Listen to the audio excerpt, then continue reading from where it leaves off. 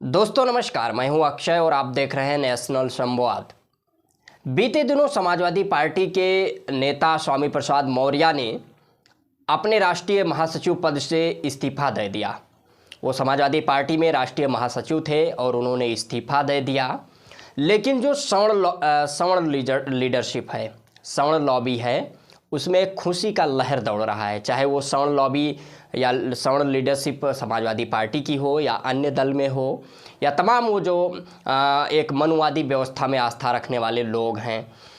इस विषय पर मैं चर्चा करूंगा। साथ ही समाजवादी पार्टी की सिराथू से विधायक जो अपना दल कमेरा पार्टी है, उनकी पल्लवी पटेल जी ने भी ये कहा कि जो राज्यसभा में सांसद भेजे जाने के लिए नामांकन किया गया है समाजवादी पार्टी की तरफ से, जो निर्णय लिया गया है भेजने का, मैं वोट नहीं करूंगी। उन्होंने कहा कि दरअसल में पीडीए को अखिलेश यादव फॉलो नहीं कर रहे हैं। इस विषय पर मैं चर्चा करूंगा। अब इस बात को समझते हैं कि दरअसल में पूरा मसला ये है कि स्वामी प्रसाद मौर्य बहुजनों के महानायक हैं, बहुजनों के नेता हैं।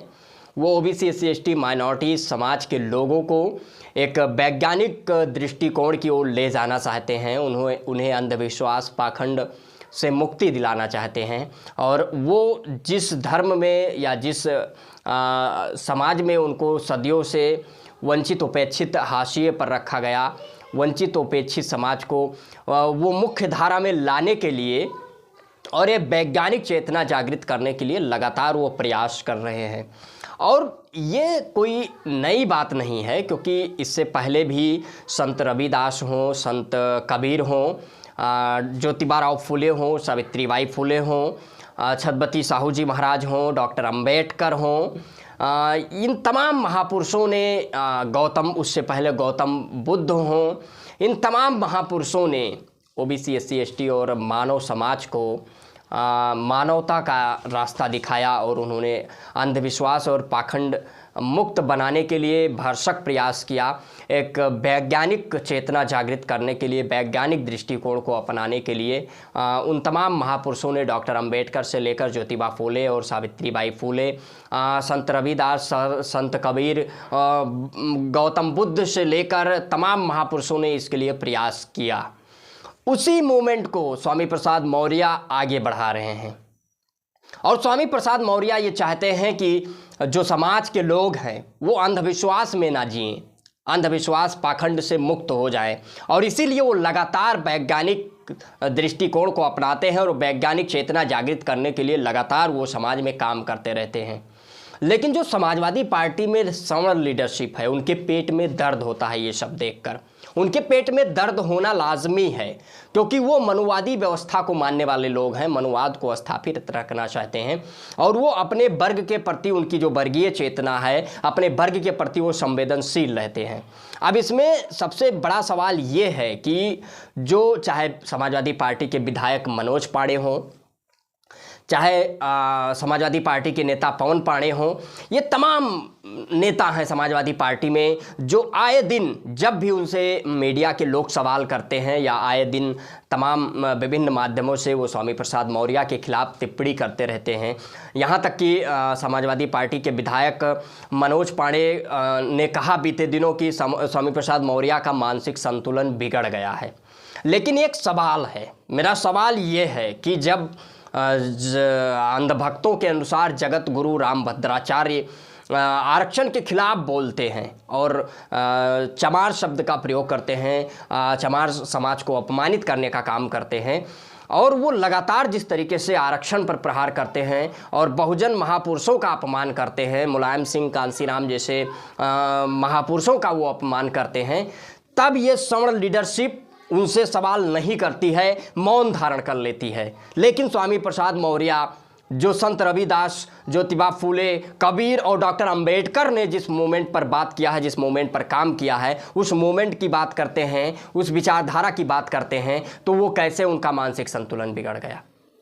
सोचिए, आज के दौर में, इस दौर में जब बोलने नहीं दिया जा रहा है, उनके पूरे स्वामी प्रसाद मौर्य के खिलाफ पूरी सवर्ण लीडरशिप आ गई, उस दौर में क्या स्थिति रही होगी जब संत रविदास, संत कबीर और डॉक्टर अंबेडकर ने संघर्ष किया, ज्योतिबा फुले ने संघर्ष किया। इसलिए ये जो सवर्ण लीडरशिप है ये लगातार स्वामी प्रसाद मौर्य के ऊपर प्रहार करती रहती है। और वहीं पल्लवी पटेल ने जो वोट ना करने के लिए कहा, तो जो मीडिया जगत है, मीडिया जगत में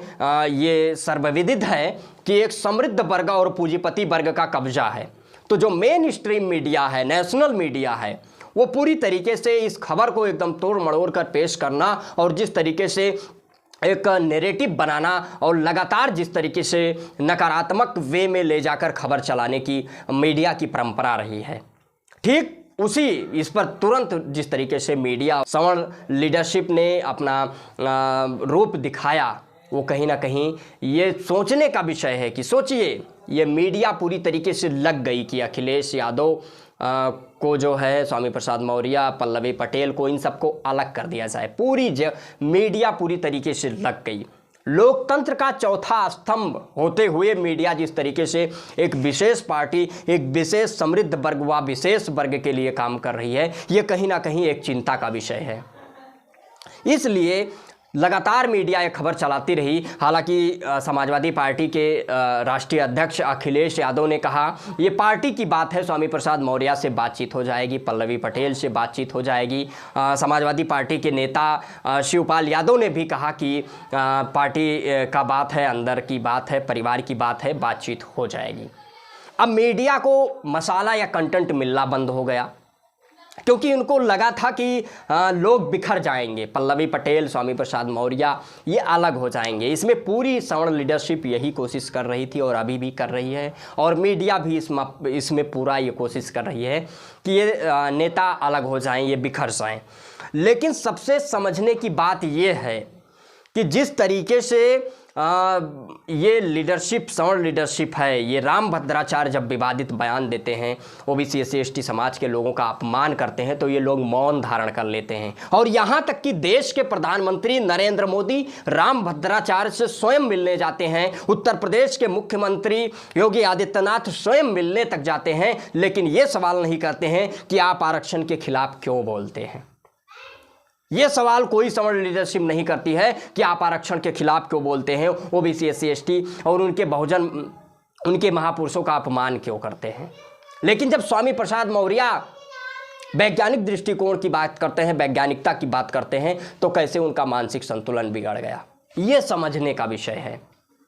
और दूसरी बात यह है कि जो अखिलेश यादव ने, समाजवादी पार्टी के राष्ट्रीय अध्यक्ष अखिलेश यादव ने 2024 लोकसभा चुनाव को देखते हुए उन्होंने पीडीए का नारा दिया है, पिछड़ा दलित अल्पसंख्यक का नारा दिया है, पिछड़ा दलित आदि आबादी का नारा दिया है, पिछड़ा दलित आदिवासी का नारा उन्होंने दिया है। इससे भारतीय जनता पार्टी पूरी तरीके से डरी हुई है, घबराई हुई है। इसलिए ये सोचती है कि जो पीडीए है किस तरीके से कमज़ोर किया जाए, इसके लिए पूरी भारतीय जनता पार्टी, पूरी सवर्ण लीडरशिप, चाहे वो समाजवादी पार्टी में ही क्यों ना हो सवर्ण लीडरशिप, और चाहे पूरी मीडिया जगत जो विशेष और पूंजीपति और समृद्ध वर्ग मीडिया जगत में कब्जा किया बैठा हुआ है, ये पूरे सभी लोग लगे हुए हैं कि किस तरीके से जो पीडीए की बात हो रही है उसको इम्प्लीमेंट ना किया जा सके। और लगातार जिस तरीके से ये कोशिश कर रहे हैं, अभी बीते दिनों जयंत चौधरी एनडीए में शामिल ही हुए, किसानों के मसीहा चौधरी चरण सिंह जी को भारत रत्न देने की एक चुनावी एजेंडे के तहत घोषणा की गई, लेकिन विपक्ष, स्वामीनाथन को भारत रत्न दिया गया, लेकिन विपक्ष में जिस तरीके से राहुल गांधी लगातार ये कह रहे हैं हम एमएसपी की गारंटी लेते हैं, स्वामीनाथन की रिपोर्ट को लागू करेंगे, उनकी मांगों को लागू किया जाएगा यदि इंडिया अलायंस की सरकार बनती है, लेकिन इस पर मीडिया कोई चर्चा नहीं कर रही है। विपक्ष के ऐलान को, विपक्ष के घोषणा को पूरी तरीके से गायब कर दिया जा रहा है। ये कहीं ना कहीं एक चिंता का विषय है। और उत्तर प्रदेश में ही नहीं, पूरे भारत में भारतीय जनता पार्टी, चाहे बिहार हो, सामाजिक न्याय जिस तरीके से चुनौती मिल रही है, उत्तर प्रदेश हो, झारखंड हो, पश्चिम बंगाल हो, तमाम उन प्रदेशों से भारतीय जनता पार्टी को एक मजबूत 2024 के लोकसभा चुनाव में चुनौती मिल रही है। इस विषय पर आप सभी लोगों की क्या प्रतिक्रिया है, आप अपनी प्रतिक्रिया कमेंट बॉक्स के माध्यम से अवश्य दें। यदि वीडियो को यूट्यूब चैनल पर देख रहे हैं तो चैनल को सब्सक्राइब करें, वीडियो को फेसबुक पेज पर देख रहे हैं तो पेज को फॉलो करें। तब तक के लिए जय हिंद, जय भारत।